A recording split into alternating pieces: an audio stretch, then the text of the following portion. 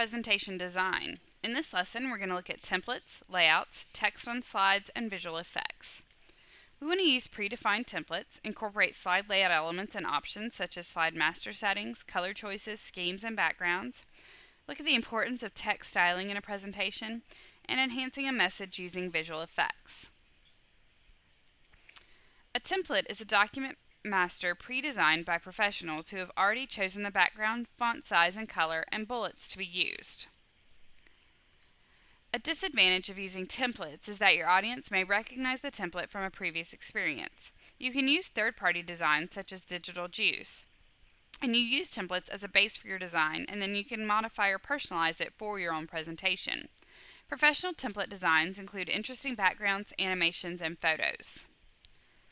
Slide layouts, or the arrangement of design elements on a slide, fall into three basic categories: the text slide, the slide with bullets, and the multimedia slide.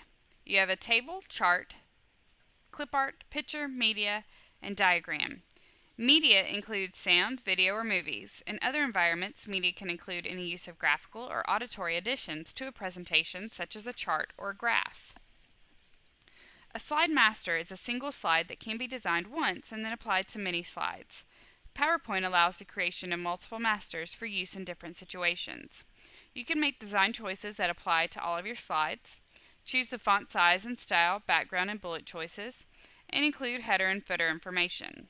The slide master provides consistent elements that will automatically appear on each new slide you create. In a slide master, you can set features such as font style and color across all slides in a presentation. Color in a presentation can increase learning retention and recall by nearly 80%, increase comprehension by more than 70%, increase willingness to read by up to 80%, and improve selling efficiency by nearly 85%. Select appropriate colors for maximum impact. Dark blue creates a stable, mature message. The most readable colors are yellow with black lettering. Audiences are better focused if the background is a dark color while the text and drawings are lighter colors. Color schemes are a series of choices that assign to each slide the same color and background, title, and bulleted list.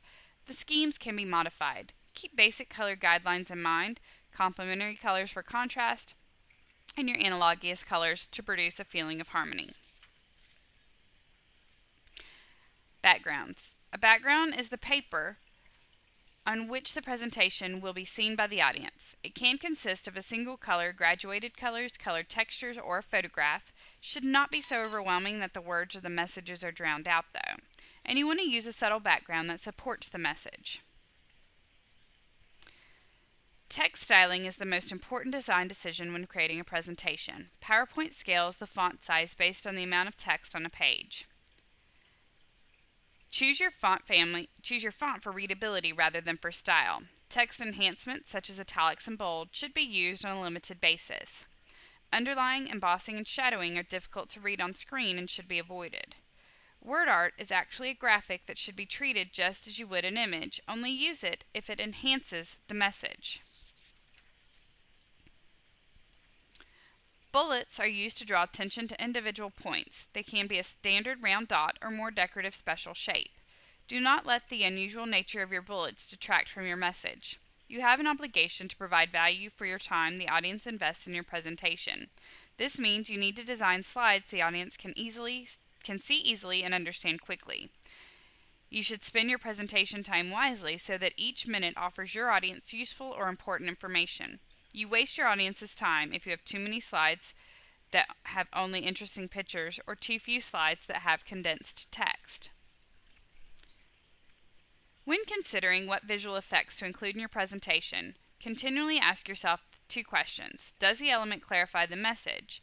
And does this element make the presentation more effective? Other than text styling, the most important design decision you will make when creating a presentation is what visual content, if any, that you're going to place on the slide. The IGX Tool. IGX is an interactive graphics tool provided by Microsoft PowerPoint. It can create four major types of graphics: process, hierarchy, cycle, and relationship. When choosing your graphics, overused clip art can create a ho-hum response from your audience. It's better to use a simple graphic or photograph instead of work created by someone else. Your own work can have more impact than clip art. You use drawing tools as appropriate. Lines and other shapes can provide effective graphics without obscuring your message. A visual effect inserted into a page can be resized or moved, and limit the number of images on a slide to no more than 3. Do not be afraid to leave white space on your slide. Openness will enhance your message and give your audience a breather. Avoid cluttering your slide with too much text, too many graphics, or an excessively busy design. Some key thoughts to take away.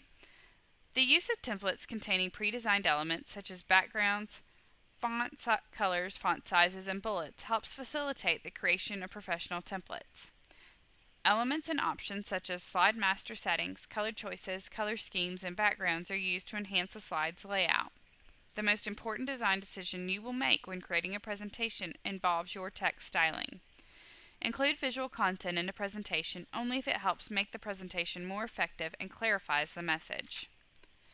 If there's questions, just let me know.